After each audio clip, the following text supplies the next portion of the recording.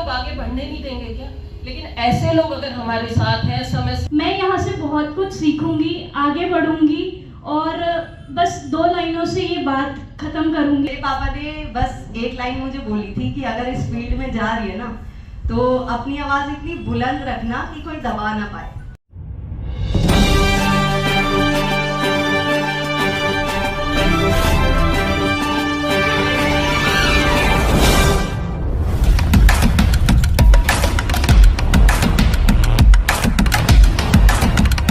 जो के त्यों मैदान बदल कर क्या होगा। और ये जो स्टेज आज मुझे लग रहा है, ये लग रहा है समता का शांत तपोवन। और राजेश जी को तो मैं बहुत ज्यादा, मेरे मन में और ज्यादा इज्जत उनकी बढ़ गई। अभी कुछ चर्चा हो रही थी हमारी कम्युनिटी में, लेडीज आती नहीं ज्यादा बाहर, तो जो कंट्रोवर्सी कुछ आ रही थी, मैं सोच रही थी कि ये लोग आगे बढ़ने नहीं देंगे क्या?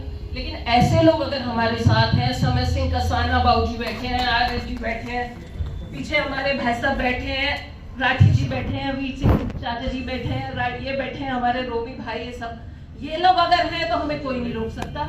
और अभी एक सर बोल रहे थे कि गुजरों में कला, अब आप देखिए गुजरों में क्या क्या दिखेगा आपको।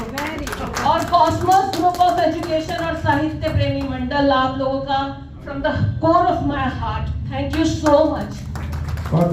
मैं गांव फूलपुर से हूँ, हम सेक्टर 55 नोएडा में रहते हैं। मैं अपने गांव की पहली लड़का लड़की कुछ भी मान लीजिए, पहली ऐसी व्यक्ति हूँ जो पीएचडी कर रही है।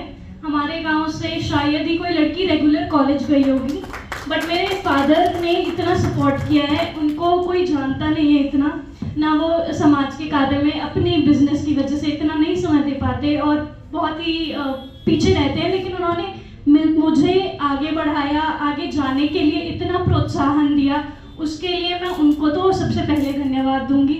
उसके बाद गुर्जर महोत्सव टीम से जब मैं जुड़ी पिछले साल, तो मुझे शायद ही कोई जानता होगा, लेकिन इस बार नीतू दी, अनु दी, निर्मल मैम, इन्होंने मुझे बुलाया, आगे बढ़ाया और कहा तू आगे रहेगी, हम चाहते हैं तेरे जैसे लोग आगे बढ़ें। उनको बहुत बहुत थैंक यू।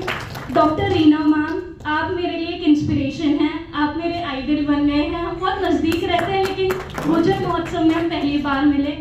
मैं यहाँ से बहुत कुछ सीखूंगी, आगे बढ़ूंगी और बस 2 लाइनों से ये बात खत्म करूंगी। चलता रहूंगा मंजिल की ओर, चलने में माहिर बन जाऊंगा। चलता रहूंगा मंजिल की ओर, चलने में माहिर बन जाऊंगा। या तो मंजिल मिल जाएगी या अच्छा मुसाफिर बन जाऊंगा। बहुत बहुत धन्यवाद आप। और दबी नहीं, हालांकि मेरे खुद के पापा ने मेरे से 3 महीने बात ही नहीं की थी कि मुझे सब लोग बोलेंगे कि मॉडलिंग में जा रही है, क्या करेगी।